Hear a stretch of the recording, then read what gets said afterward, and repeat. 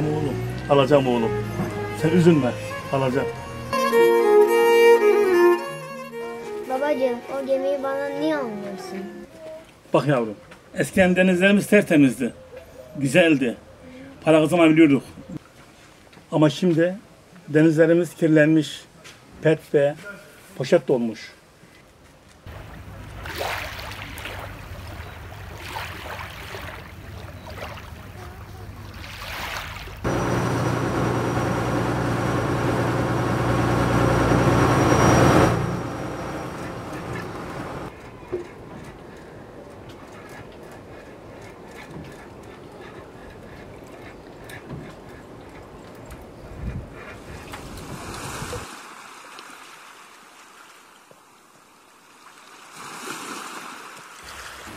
Senin saçların neden bu kadar uzun?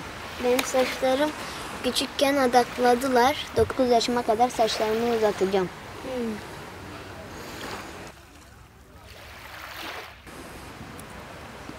Baban sana o gemiyi ne zaman alacak? Denizlerimiz kirli diye alamıyor. Denizlerimiz temiz olsun alacak.